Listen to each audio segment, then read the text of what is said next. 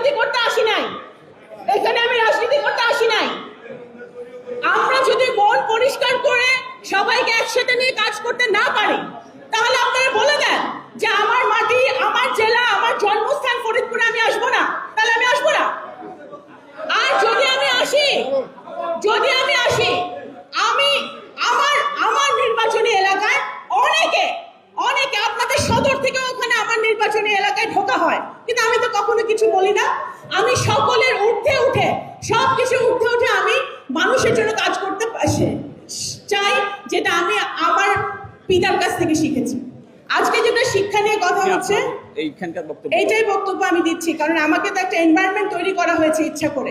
এই রাজনীতি গত 20-22 বছর ধরে দেখে আসছি। এই 40 বছরের এই নোংরা রাজনীতি বন্ধ করতে হবে। আমি জানি না, আমি প্রধান অতিথি হিসেবে ওখানে উপস্থিত হয়েছি, আমাকে যেই টাইম দেওয়া হচ্ছে সেই টাইমে আমি উপস্থিত হয়েছি।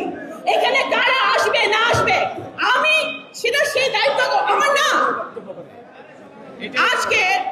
আজকে যেই বক্তব্য আমি রাখছিলাম, সেটা আজকে এই ঘটনার কারণে এই মিডিয়ার লোকজন খুব সুযোগ পেয়ে যাবে।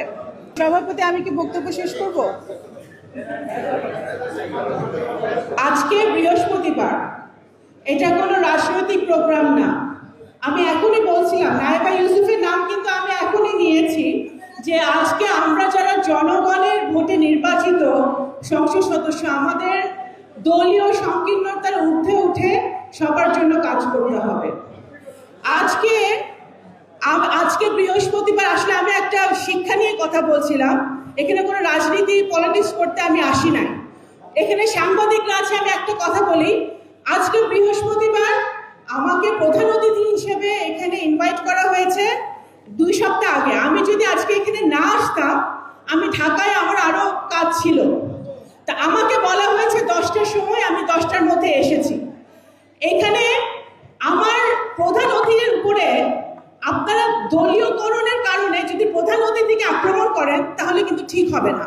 কারণ আমাকে প্রধান অতিথি হিসেবে আমাকে দাওয়াত দেওয়া হয়েছে ন্যাশনাল ইউনিভার্সিটি থেকে।